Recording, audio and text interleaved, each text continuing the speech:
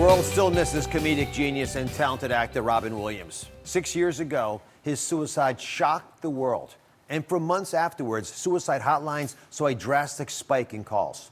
Today, Robin Williams' son, Zach, opens up about his own battles with addiction and depression and what his father's death taught him about healing. Behind his sunny smiles and infectious laughs, Robin Williams suffered from lifelong debilitating depression, like 15 million other Americans. Robin often spoke candidly about his drug and alcohol abuse, but like many, had a hard time talking about his struggles with depression. Robin Williams' shocking death touched a nerve all over the world, especially among those who suffer from depression, including his own son, Zach, who's opening up about his father's death. Zach joins us now. Zach, thanks for being on the show. Thank you for having me, Dr. Oz. So I saw this recent photo from your wedding. Congratulations, by the way. It's you, your wife, Olivia, and your son, Mickey, by the way, which is your father's middle name for everyone at home. How did you remember your dad on that big day? Well, through having fun and enjoying ourselves. It was an outdoor dinner, and caution and safety was paramount. You say you especially miss taking those walks with your father. I'd love to hear a bit more what it was like when it was just the two of you walking, especially since you had such similar personalities. Well, a lot of great memories come from spending time in New York City, especially with my father out in places like the West Village and the East Village. It was a ton of fun, and I was really appreciative of how people who are fans, admiring fans, have always been really respectful of him and his family time. You know, I met your dad once. He was at a restaurant. He literally took over the entire place. Life of the party is what you would have called that evening. But I know that he was shy in many ways as well. Give me some backstory about what it was like with your dad when he wasn't on stage. Well, he was a brilliant man, and as part of that, he was extremely curious. He was an avid reader and was very into science and science fiction, and there was a thoughtfulness about him that I found to be pretty profound, both in terms of how he interacted with family and friends, but how he spent quiet time learning. Were you aware? I should say, I'm sure you were to a certain extent, but how aware were you of your father's struggles with depression? I was acutely aware of my dad's struggles with depression. It manifested in addiction at times, and he took great lengths to support his well-being and mental health, especially when he was challenged. It was something that was a daily consideration for him. And so the main thing for me was noticing how he went through great lengths to support himself while he could show up for others. So, it was clear that he prioritized his mental health throughout most of his life, at least that I experienced with him. So you lost your dad when you're 31 years of age. It's an interesting age because you're sort of in a transition yourself. How did his death magnify some of the existing struggles that you have been going through? Well, after my dad died by suicide, I was diagnosed with post-traumatic stress disorder, and I found myself self-medicating using alcohol, tried cannabis, and none of those things worked in the way that I needed them to work to help manage my anxiety, and I had bouts of depression associated with that.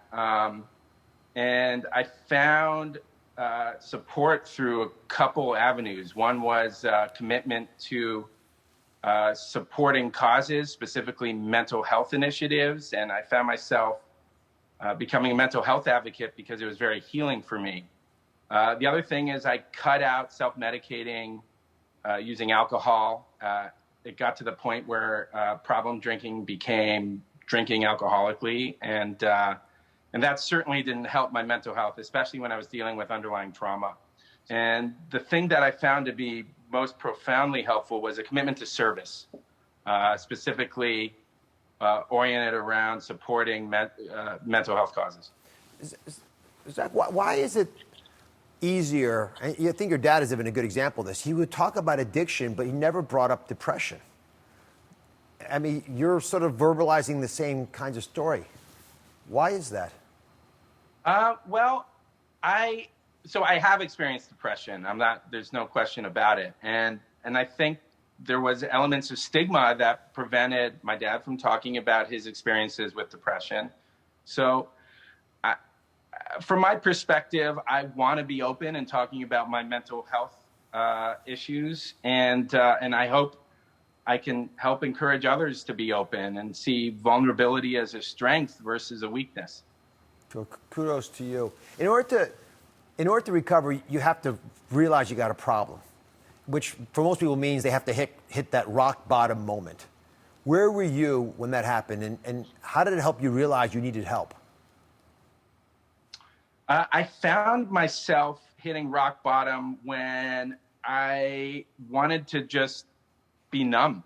I found myself wanting to drink alcohol and just not think.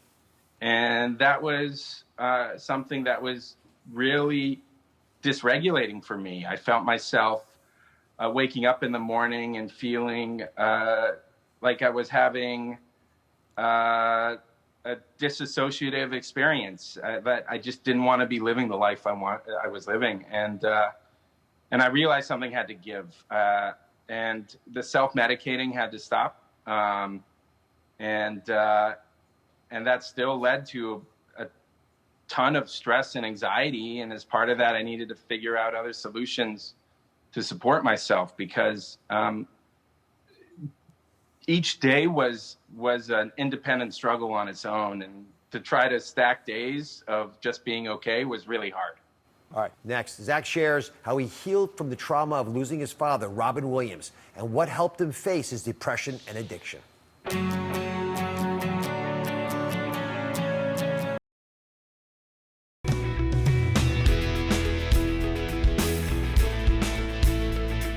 We are back with Zach Williams, who is opening up about how he overcame his battle with mental health and depression after the suicide of his father, Robin Williams. So you hit rock bottom after your father's death.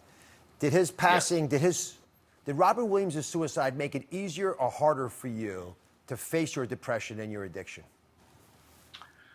I would say his suicide made it challenging at first, but it exaggerated, exacerbated several different issues. So I would say my dad dying by suicide catalyzed me ultimately seeking help to support myself in the long run. What do you wish you could have told your dad about what you have now learned about depression and addiction and all that work that you've put into it? I wish I could have told him that I was experiencing similar things throughout my life, and that I was there for him, and that so many others experience shared issues. I think he felt very isolated at times. You know, there's so many folks right now, especially during this pandemic, struggling with mental health. First off, I mean, most of us can't get our minds around the idea that Robin Williams would feel alone when he was so beloved by so many, or that his son, you, would feel alone. And many of our viewers do feel alone because they actually are alone. So what do you want to say to anyone who may be feeling the way your dad felt when he took his life?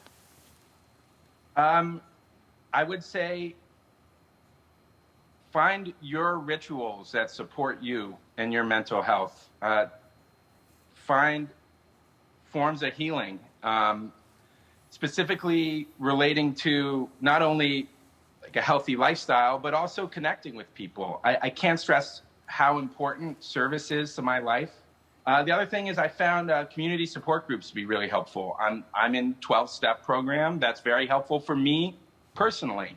For others, it might be connecting through community organization or through, sports. There's any number of things. Well, what's your ritual? What do you eat daily? What do you do daily for your mental wellness? Well, I try to walk a good deal. I find that's an activity that's very helpful for me. Connecting with family, making sure that I'm spending time with my son, spending time with my wife, but also my extended family. Try to eat natural foods, not processed foods.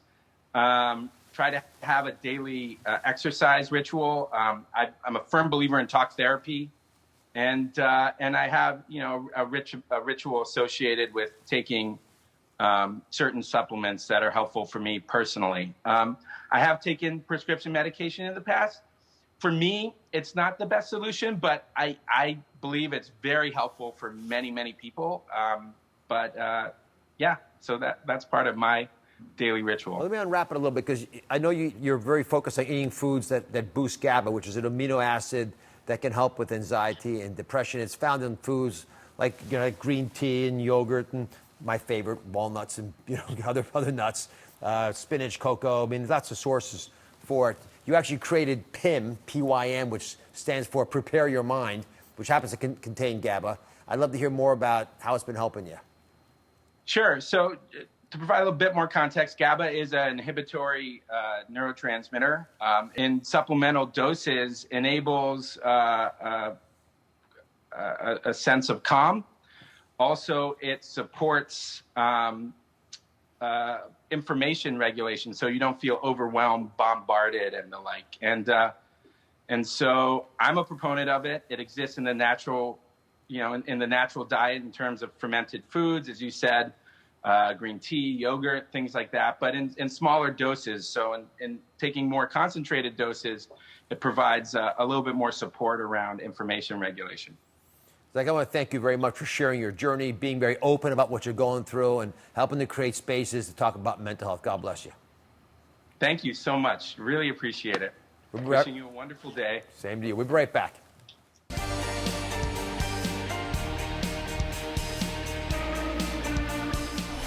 Your holiday may look a little different this year because of COVID-19, but that doesn't mean they have to be less joyful. Up next, how to make this holiday mind shift so your holiday season doesn't suck. Be sure to subscribe to my channel so you don't miss anything. And remember to check back often to see what's new.